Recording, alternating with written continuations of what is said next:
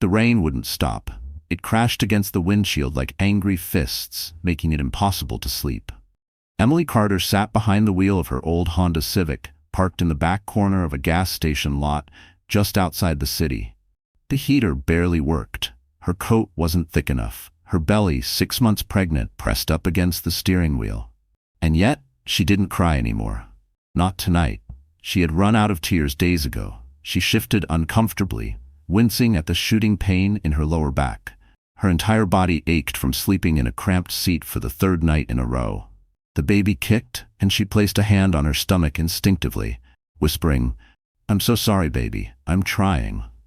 How did it come to this? Just 7 days ago, she had stood in a ballroom filled with chandeliers, golden champagne towers, and designer gowns. She was the elegant wife on the arm of Andrew Carter, a senior investment director at one of the city's most powerful hedge funds. The gala was supposed to be the highlight of his career. And she? She was supposed to smile, say the right things, wear the dress he chose for her, and stay quiet. But that night had changed everything. Emily could still hear the laughter, cold, calculated, and cruel. She had caught him whispering to another woman, a tall brunette in a backless dress with legs that never seemed to end. The way Andrew looked at her, it wasn't professional. It wasn't innocent. And when she asked about it, just asked, he didn't deny anything. "You're becoming a burden, Emily," he'd said under his breath, while cameras flashed and people danced around them. "Do you know what it looks like, me dragging around a bloated, hormonal woman at every event?" She had stood there, stunned, barely breathing.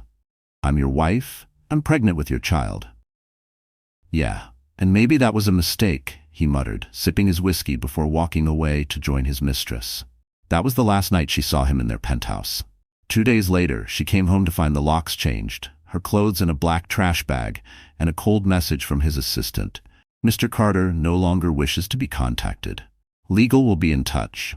No apology, no explanation, no support." Emily had no family left.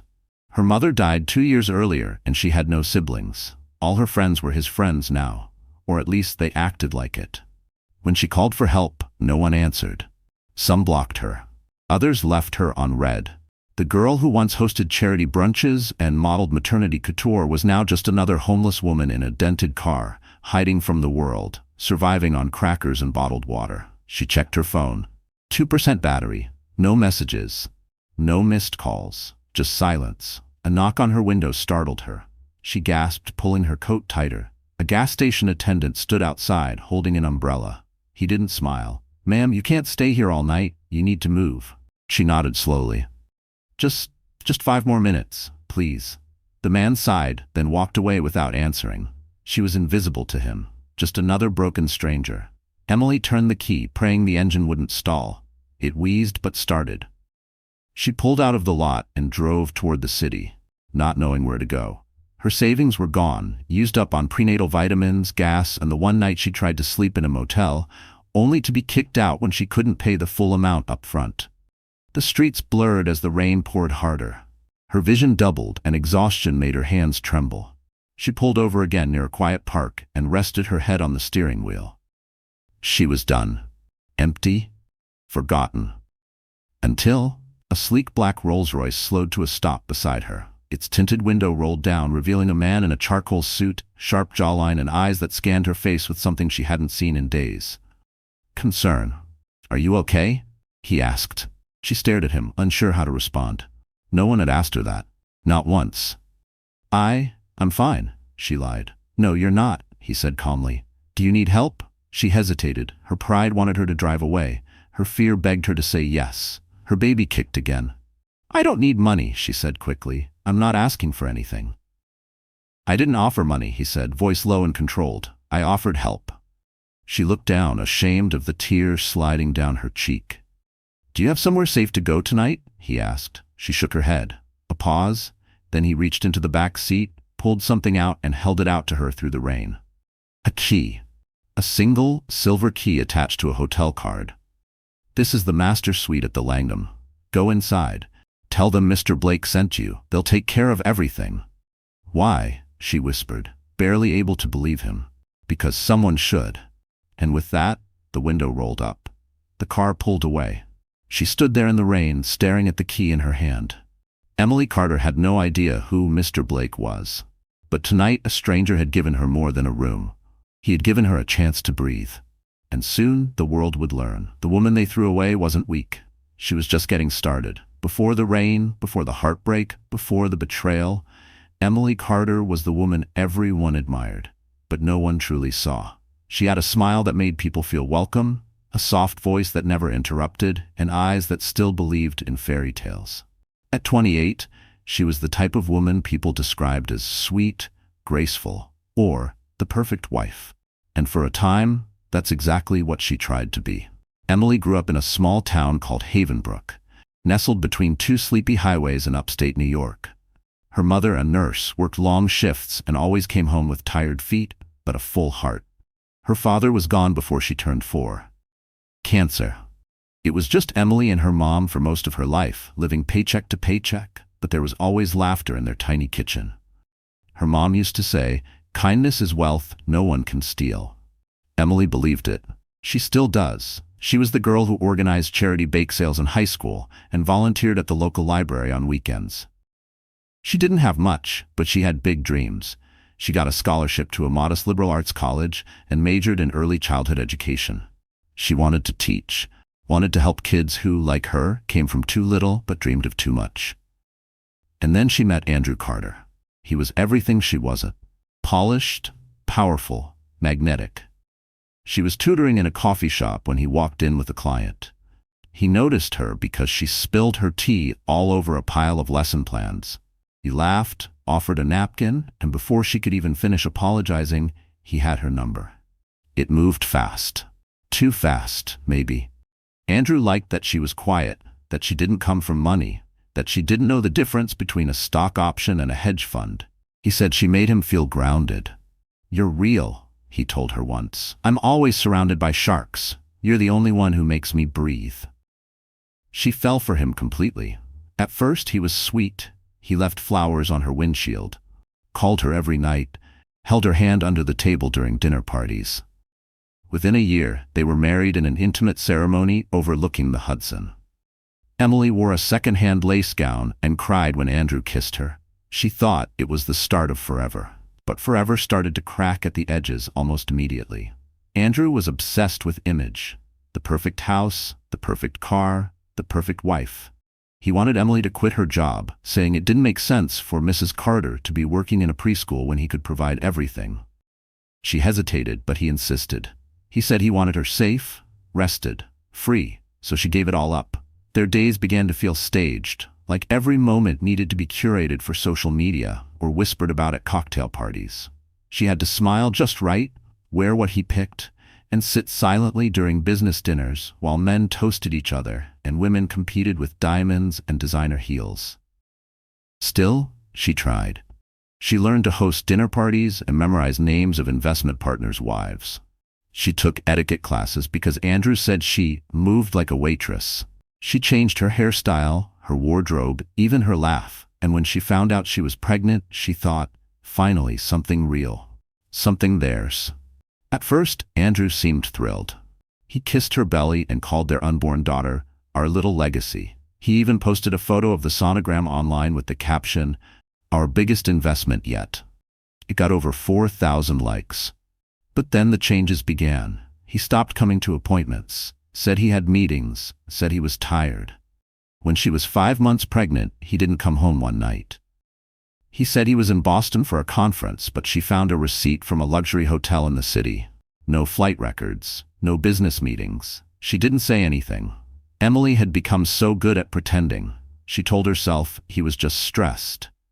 That men reacted differently to fatherhood. That if she just stayed calm, stayed perfect, he'd come back to her. She started reading parenting books, making homemade meals, even tried prenatal yoga. Anything to feel prepared. Anything to believe in a future. But the coldness got worse. The distance grew. And then came the gala. She should have seen it coming. That night, she wore the navy gown he picked out weeks before. Her belly was just showing enough to make her glow. She had spent 3 hours getting ready, trying to make him proud.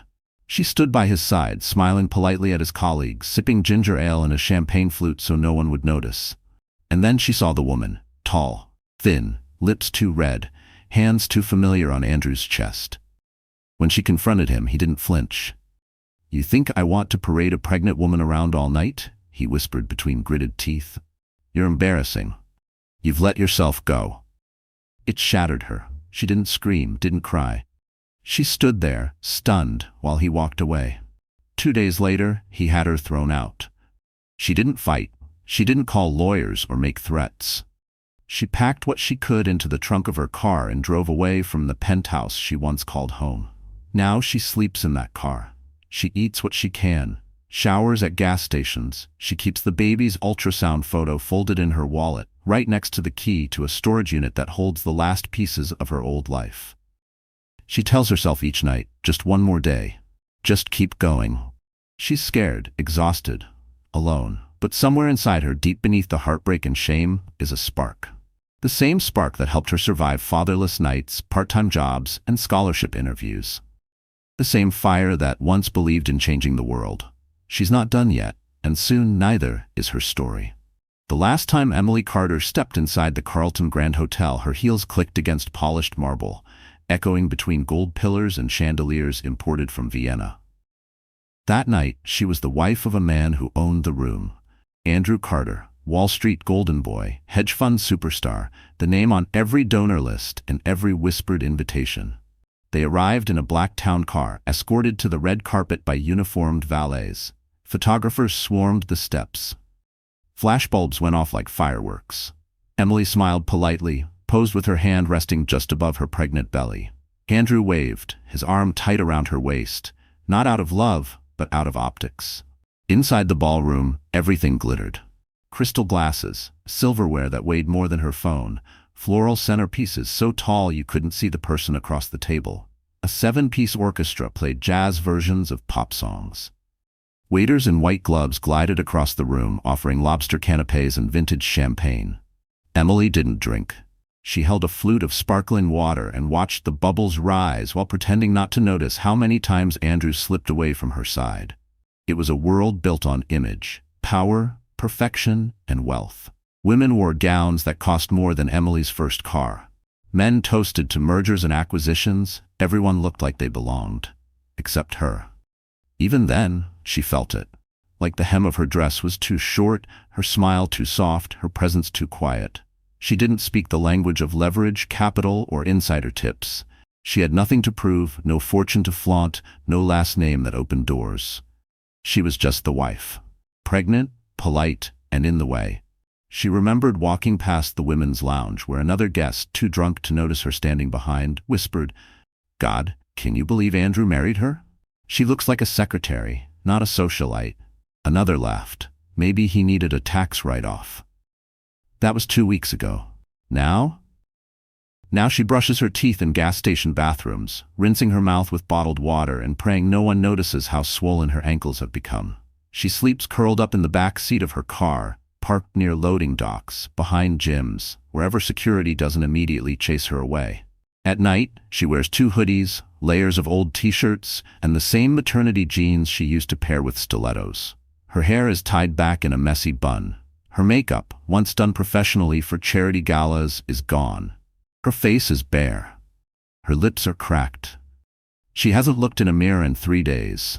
The city hasn't changed. Just her view of it. Where once she looked down on the skyline from the penthouse kitchen, watching boats glide across the river as she sipped herbal tea, now she watches taillights flicker from behind a fogged-up windshield. She used to wake to sun filtering through sheer designer curtains. Now she wakes to the dull gray light of dawn squeezing past parking lot lamps. The difference is staggering. Luxury isn't just comfort, it's silence. Heated floors, soundproof walls. It's breakfast arriving on a tray. It's knowing you'll eat. It's having a closet full of options, clean sheets, warm water, someone to turn to when the world feels too loud. Out here there is no silence. Just the hum of traffic, sirens in the distance, and the occasional knock from a stranger who thinks her car is abandoned. It's never really dark, but it's never truly safe either. The worst part isn't the cold or the hunger or even the fear, it's the invisibility. In the gala, people saw her, they judged her, sure, but they noticed her. Here, no one looks twice. She's another problem, another shadow on the sidewalk. People clutch their purses when they see her belly, as if poverty might be contagious. No one asks if she's okay. And yet, it's in this setting, the lowest place she's ever been, that Emily begins to feel something unfamiliar: control. No one's watching now. No one's managing her smile or criticizing her shoes.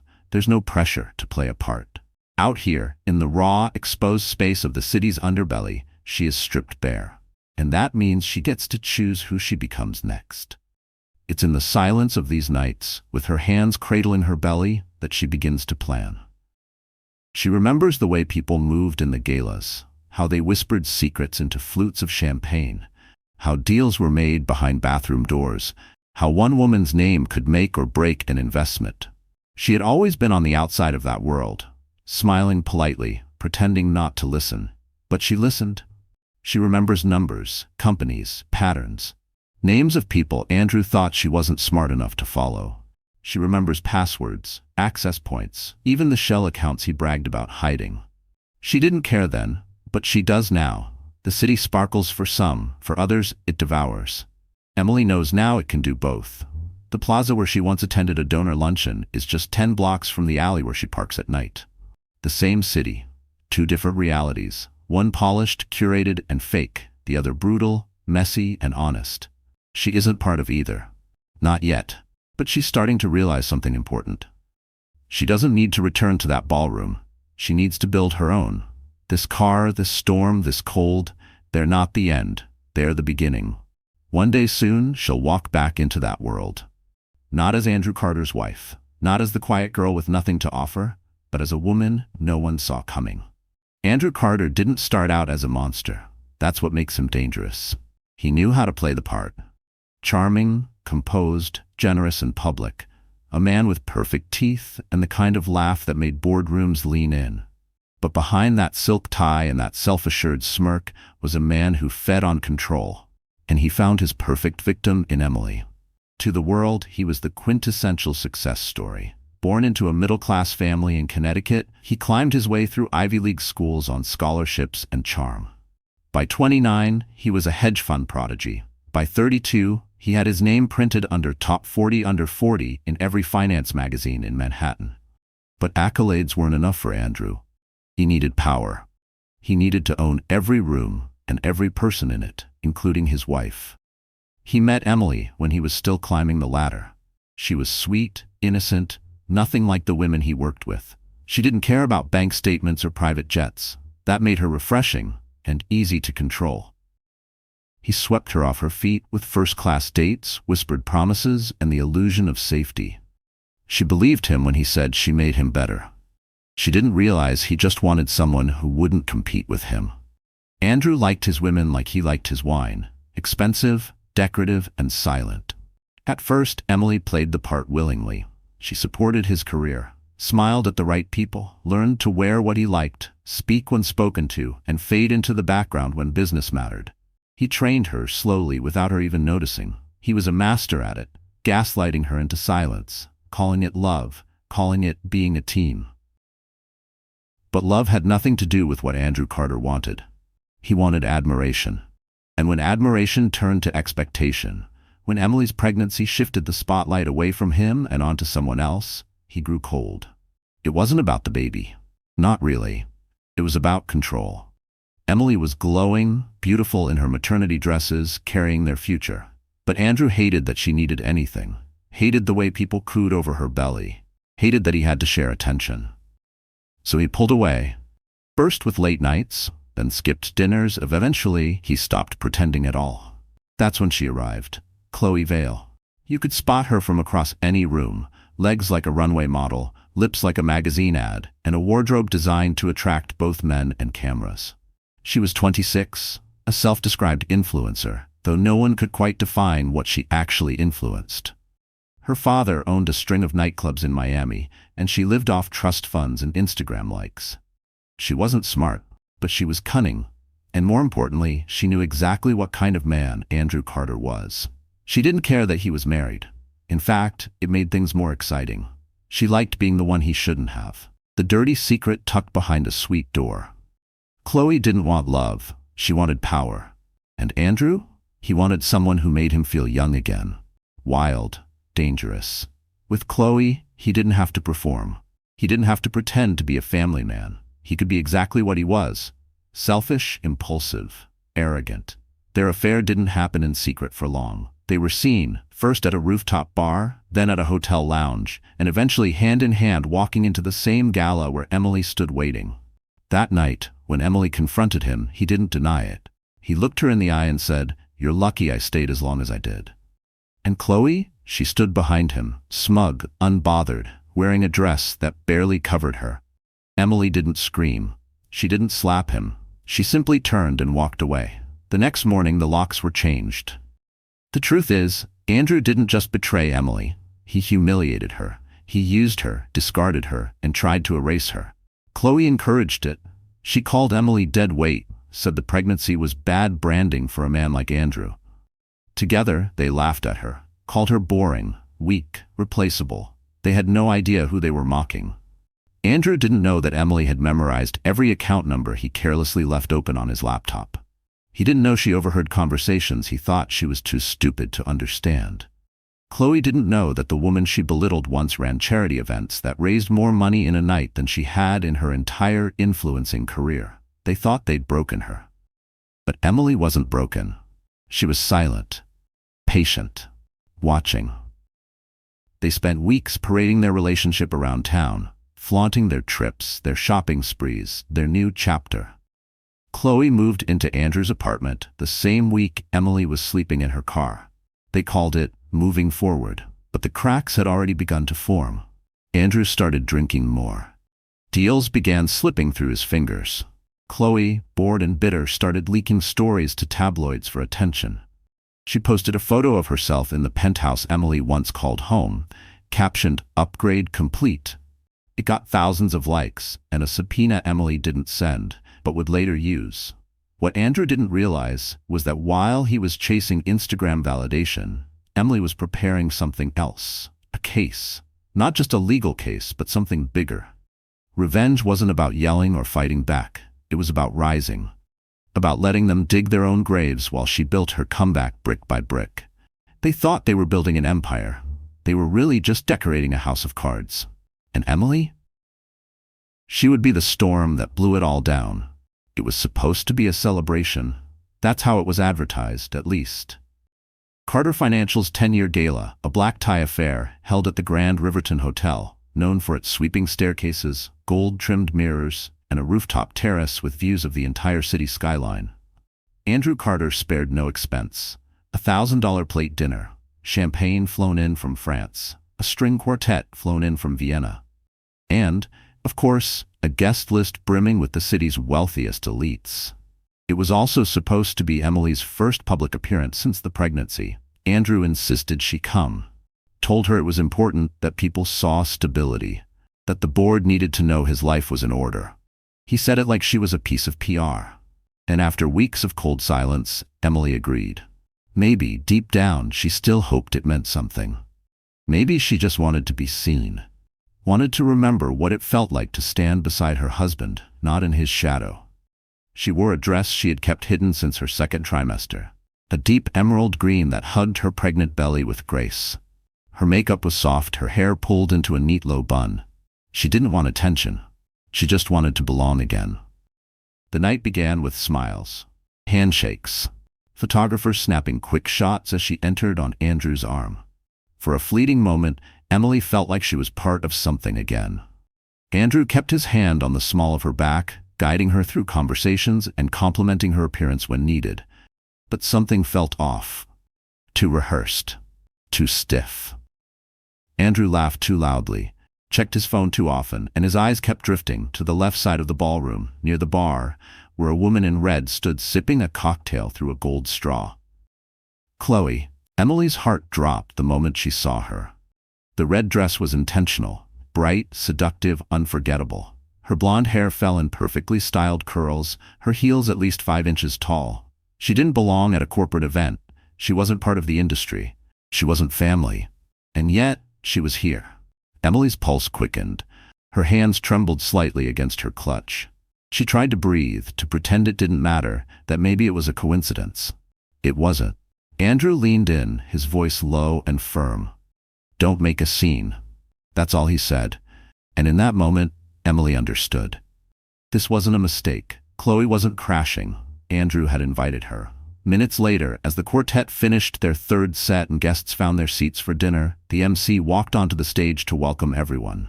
Emily, seated at a table near the front, barely heard a word. Her ears were ringing. Her vision blurred slightly as the lights shifted. Then it happened. Andrew took the stage. The crowd clapped politely as he adjusted the microphone. He thanked the guests, thanked the board, thanked everyone who stood by Carter Financial through years of growth and challenge. Then, after a pause, he said it. "I also want to acknowledge someone who's played a major role in my life this past year. Someone who's helped me find balance, inspiration, and clarity during chaotic times." Emily sat up straighter, her heart jumping. He couldn't mean her. "Chloe," he said with a smile, "thank you." Gas rippled through the room. Chloe stood up slowly from her table, all eyes turning toward her. She smiled, walked gracefully toward the stage, and kissed Andrew on the cheek. The photographers caught it instantly. Emily sat frozen, her throat closed, her hands went numb. She wanted to disappear. Her face flushed hot. People around her were whispering. Some turned to look at her with pity, others with curiosity, some with smug satisfaction. No one said her name. No one stopped it. This was her erasure. Public, deliberate, final. She stood, slow and shaky, and quietly made her way out the side doors. She didn't wait for dessert, didn't wait for the formal toast to the future. She pushed past the ballroom staff, past the hallway with gilded portraits, past the women in glittering gowns and the men sipping aged whiskey. She reached the marble restroom and locked herself in the last stall. And then she broke. The sobs came like waves, sharp, uncontrollable, soul-deep. She leaned against the cool tile wall and cried into her dress, her pregnant belly pressed against her knees, her whole body shaking from the inside out. She thought she'd prepared herself for betrayal. But nothing prepares you for being replaced while still holding the life you made together inside you. Nothing prepares you for being erased in front of hundreds of people. When she finally emerged, mascara smudged and voice hoarse, the ballroom had moved on. The music played again. Chloe was now draped across Andrew's arm like she had always been the one meant to be there. Emily didn't go back to their penthouse that night. She didn't go anywhere familiar. She drove until the city lights faded into dark roads and the noise of the gala was a distant hum behind her. She parked in an empty lot behind a shuttered coffee shop, and that's where she stayed. In the same dress. With no coat, holding her belly, and whispering, "We're okay, I promise baby, we're going to be okay." Because now there was nothing left to lose. And for a woman like Emily, nothing left to lose was the most dangerous thing of all. It was somewhere around 3 a.m. when the cold finally crept into her bones. Emily sat curled in the back seat of her car, knees tucked to her chest, a blanket barely covering her growing stomach. Her green gala dress, now wrinkled, damp from tears and stained with the night's humiliation, clung to her like a ghost. She hadn't eaten, she hadn't slept. She barely even blinked. Hours passed, but time felt suspended, like the world had hit pause and left her behind. Rain tapped against the windows. Each droplet sounded like a reminder. You're alone, you're forgotten, you're done. For the first time since it all started, she allowed herself to ask the question she'd been avoiding for weeks. What if I can't do this? Her hand moved instinctively to her belly. The baby kicked again, soft but persistent. It felt like a plea, like her child was telling her to hold on, to not give up. But Emily didn't feel strong anymore. Not like she did when she first packed her things and drove away. Back then, there was at least some dignity, some sliver of hope. Now, there was only silence. Her phone battery had died hours ago. No one had called. No one would. She didn't even know where she was. Some parking lot near the edge of the city, surrounded by dumpsters and flickering streetlights. Her gas tank was almost empty. Her wallet held $3.41 in change, a gift card with 52 cents left on it, and a prenatal vitamin bottle with only 3 pills remaining. She felt like a failure. To herself, to her baby, to everything she had once believed in. She had tried so hard to be the perfect wife, the ideal partner. She sacrificed everything, her job, her dreams, even her voice, to support a man who treated her like nothing more than a pawn in his public image. And now that man stood under spotlights, kissing another woman in front of cameras, while Emily sat in the dark, with cracked lips and a pounding headache, wondering if she even mattered. The worst part wasn't the betrayal. It was the silence that followed it. No one reached out. Not her former friends, not Andrew's colleagues who used to praise her baking, not the women who once sat beside her at charity luncheons. They had moved on. The society she once tried so hard to fit into had closed its doors, and she didn't even get a goodbye. And so, for the first time since she left the penthouse, Emily cracked. She screamed, not loud, not long, but a raw, guttural release of everything she had swallowed. She pounded her fists against the dashboard, cursed Andrew's name, cursed Chloe's smirk, cursed herself for believing in a love that was never real. She sobbed until her lungs hurt, until her vision blurred again, until all that was left was a hollow ache in her chest. Then came the shaking. Her body trembled, part exhaustion, part cold, part fear. What if the baby came early? What if she collapsed in this car and no one found her? What if she never found a way out? Her mind spiraled. She imagined giving birth alone, in this car, in a parking lot. She imagined the news headline, "Unidentified woman found dead, infant survives." It was irrational. But that's what fear does. It takes logic and drowns it in worst-case scenarios. And Emily had no lifeline left. No one to call, no plan, no backup. She tried to steady her breathing, counted backward from 10, held her belly, whispered every prayer she remembered from childhood. Nothing worked. Her hands trembled so hard she could barely hold her water bottle. Her lips muttered half-formed apologies to the baby. "I'm sorry. I'm trying. I'm so sorry, sweetie." She wanted someone to save her. Just once. Someone to look at her, not with pity, not with judgment, but with care. That's when she remembered the key. It had fallen to the floorboard during the chaos. She'd almost forgotten it entirely. The silver hotel key still attached to a navy blue tag engraved with the Langham Master Suite. Mr. Blake? She didn't even know his first name. Just that he had stopped in the rain, seen her, and offered help with no strings attached. She stared at the key in her shaking hand. What if it was real? What if it wasn't a trick? What if, just for one night, she didn't have to be strong? She turned the ignition. The car sputtered, then started. The Langham Hotel stood like a palace in the middle of the city. Grand columns, tall glass windows, velvet awnings. The kind of place she used to drive past and wonder what it was like inside. Now, she pulled into the underground garage, gripping the steering wheel like it was the only solid thing in her world. A valet approached her car. He didn't flinch when he saw her. "Checking in?" he asked. She nodded, held up the key.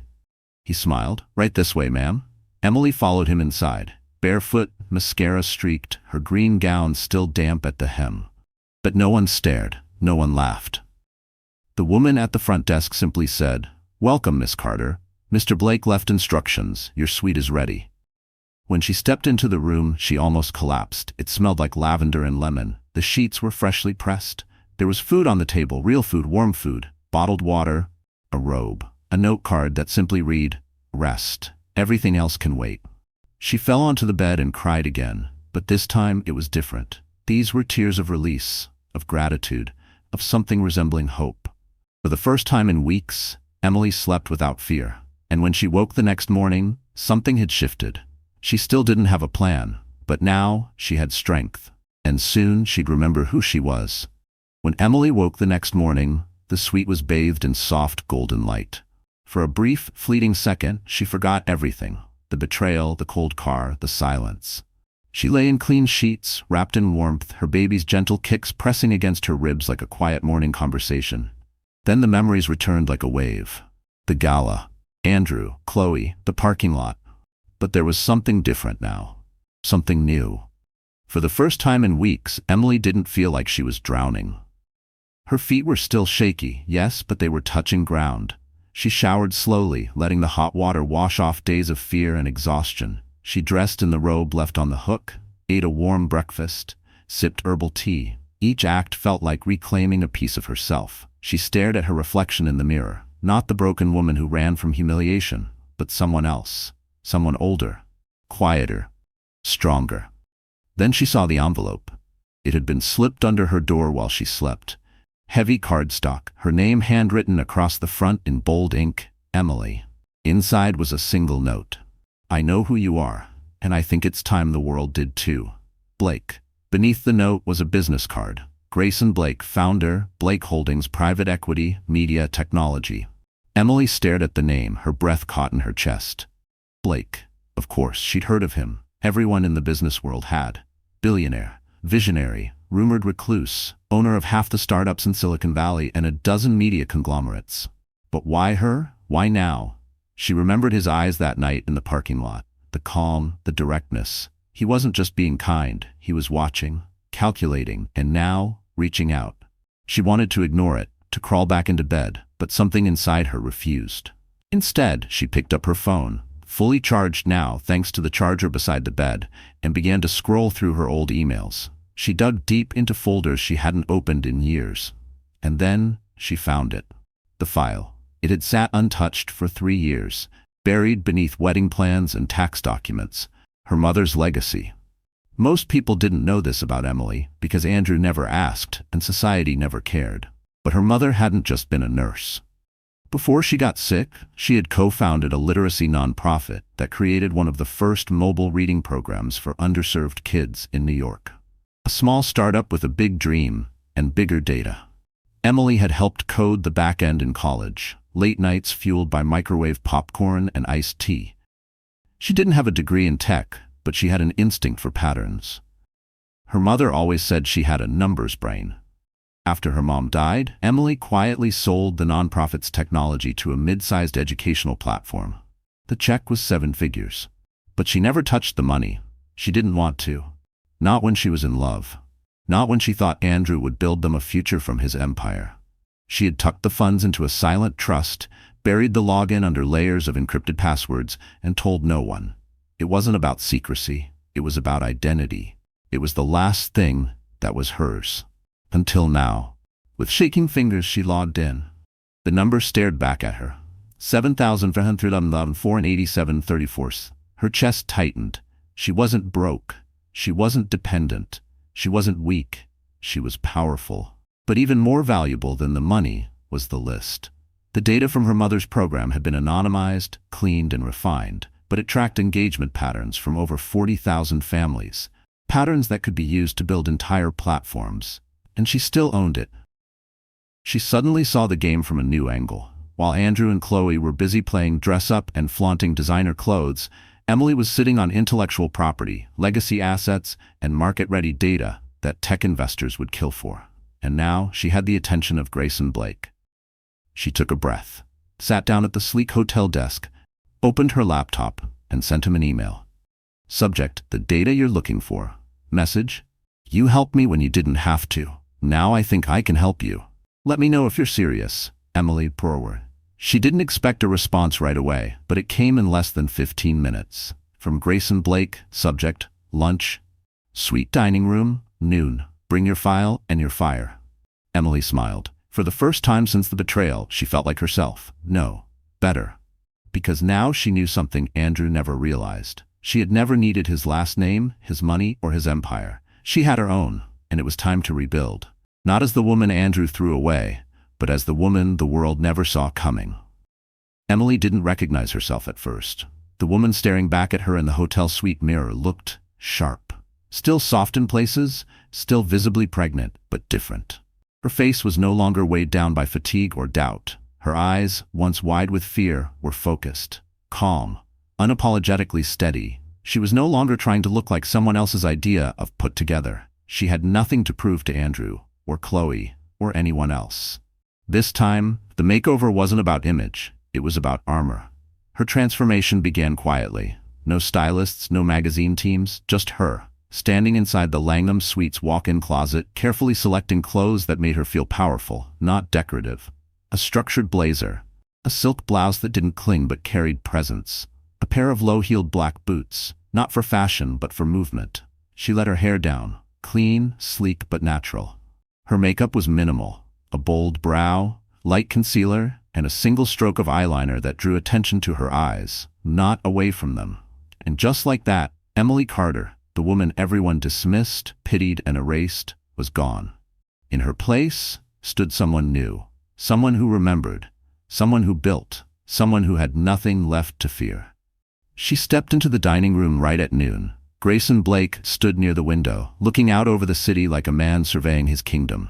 He turned as she entered, and something shifted in his expression. Not shock, not approval, respect. "You clean up well," he said simply. She smiled, but didn't blush. "I wasn't dirty, just overlooked." He nodded once. No apology, no patronizing, just business. She placed her file on the table and opened it. "This is the original platform structure my mother and I built. You'll find user behavior patterns, demographic breakdowns, engagement flow, and long-term retention data across underserved markets." Grayson didn't interrupt. She continued, flipping pages with quiet confidence. "This data's 3 years old, but still relevant. The engagement curves mirror several current models being pushed into venture rounds right now, most of which are lacking the community retention backend we created here." He leaned forward slightly. "You've already built the solution." "I built the foundation," she corrected. "With the right backing, I can rebuild the platform, target new users, expand to bilingual support, and integrate a revenue-sharing model with nonprofit schools." He nodded slowly, clearly impressed. She waited. Grayson closed the folder. "How much equity are you willing to give up?" Emily met his gaze. 20%, no more." He didn't flinch. "And what do you want?" She didn't hesitate. "I want full creative control. I want my own team, and I want to operate under my name, not Andrew Carter's." A pause. Then Grayson smiled. "Done." That was the beginning. Within 2 weeks, she had an office downtown. Not a corner suite, but not a broom closet either. Enough space for a desk, a whiteboard, and 3 computers. Grayson gave her seed funding, a lawyer, and a project manager. She hired 2 developers and a UX specialist. The baby was due in less than 3 months, but Emily didn't pause. She worked. She built. She designed wireframes between prenatal appointments, negotiated contracts while sipping raspberry leaf tea, and coded for hours with her feet propped up on a yoga ball. She was a force. And the world started noticing. Tech blogs ran stories about the startup mom, curious about the pregnant woman re-entering the industry with a quiet fire and $1 billion backer. But Emily didn't do interviews. She wasn't here for fame. She was here for impact. Her product was called Haven, a nod to her hometown and her past. A literacy and education platform designed for kids who didn't have access to fancy private schools or high-speed internet. She knew what those kids needed, because she had been one of them. She coded with heart, with data, and with precision. And while the press whispered, Andrew Carter noticed. She got the first call 2 months in. He left a message. "Emily, we need to talk. Call me back." She didn't. She got flowers next. Red roses with a gold card. "You look incredible. So proud of you. Let's meet." She tossed them in the trash. Because Emily's transformation wasn't about revenge. It was about remembering. She remembered the nights she begged herself to stay small, stay quiet, stay acceptable. She remembered the way he made her doubt her instincts, the way Chloe smirked as if she had won something, the way the world stayed silent when Emily disappeared. But most importantly, she remembered who she was before the world told her who to be. She didn't need a stage anymore. She was building her own. The boardroom was her runway now. The contracts were her weapons. Her baby, kicking stronger every day, was her reason, not her weakness. And she wasn't afraid of being seen anymore, because now she controlled the spotlight. 1 year later, the Riverton Hotel sparkled again. The chandeliers glowed with the same golden light. Waiters in tuxedos floated through the crowd carrying crystal flutes of champagne. A string quartet played softly in the corner. The city's elite were dressed in their finest, laughing, toasting, circling one another like sharks in heels and cufflinks. It was Carter Financial's annual gala, and Andrew Carter was in his element. His arm was draped around Chloe Vale, who wore a dress that shimmered with every turn. Her makeup was flawless, her smile tight. The two had been parading their power couple status for months, featured in magazines, tabloid blogs, and podcast interviews. He was selling the image of recovery, reinvention, resilience. But behind the photos, the cracks were spreading. Investors were pulling out. Partnerships were crumbling. Chloe had grown restless, and Andrew was trying harder than ever to maintain appearances. Which is why, when the ballroom doors opened and every head turned toward the entrance, the world seemed to stop. Emily Carter walked in. But she wasn't the same woman who had been humiliated here a year ago. She wasn't in a cheap green dress with puffy eyes and shaking hands. She wore a tailored black gown that fit like armor, sleek, sharp, and unyielding. Her hair was pulled back into a polished chignon, her lips painted a bold red that dared anyone to challenge her. On her arm stood Grayson Blake, cool and unreadable in a custom suit. They didn't pause for photos. They didn't need to. The buzz spread through the room like wildfire. People whispered her name. Some gawked, others looked away, ashamed. But no one could ignore her. She walked with purpose, each step deliberate, like the floor belonged to her. And in a way, it did. The press hadn't been told she was coming. Andrew hadn't been told either. When he saw her, his face tightened, his posture stiffened. Chloe turned too, eyes narrowing, confused. Emily didn't break stride. She and Grayson walked straight to the center of the ballroom, where the stage waited. The MC was about to introduce the keynote speaker when Grayson simply raised a hand. "Change of plans," he said smoothly into the mic. "Tonight, we're making a special announcement." Emily stepped forward. She didn't look at Andrew. Not yet. Instead, she faced the crowd. "For those of you who don't know me," she began, "my name is Emily Carter. I was married to Andrew Carter for 5 years." Murmurs rose, confused, awkward. "I was publicly discarded at this very gala, while pregnant. For those of you who were here, you remember. And for those who looked the other way, you should too." The room fell into stunned silence. She let it hang, then continued. "I spent the last year building something of my own. Something that doesn't depend on manipulation or image or power games. It's called Haven, an educational tech platform for underserved youth, funded by Blake Holdings and now valued at over $40 million. Gasps. Grayson nodded subtly beside her. She turned, finally locking eyes with Andrew. "And today, I'm here because I have something else to share." She reached into her clutch and pulled out a small folder. "This," she said, holding it up, "is a full audit of Carter Financial's offshore accounts and tax records, many of which were opened under fake shell corporations and used to illegally hide revenue from both the IRS and your board." Andrew stepped forward. "Emily, what the hell?" She didn't flinch. "You may want to stop talking," she said, her voice calm. "The SEC is already watching, and Chloe, sweetheart, you might want to find a lawyer." Chloe's smile vanished. Emily continued. "I'm not here for revenge. I'm here for truth. For every woman who's ever been silenced. For every person who's ever been erased while the world clapped for their abuser." Applause began, hesitant at first, then stronger. Emily handed the file to a man in the front row, an investor from Carter's board. Then she stepped back. The room erupted. Not into chaos, but into clarity. In one moment, the balance of power shifted. Andrew stood frozen, lips parted, helpless. Chloe, red-faced, turned on her heel and walked out. And Emily? She walked off the stage. Grayson offered his arm. She took it. They exited the ballroom the same way she entered, shoulders back, head high, unbothered. But this time, the whispers weren't about shame. They were about awe. By the time she reached the lobby, 3 reporters had already sent emails requesting interviews. A podcast producer chased her to the elevator. And the investor? He was already dialing a lawyer. Emily didn't look back. Because real revenge isn't about destroying someone else.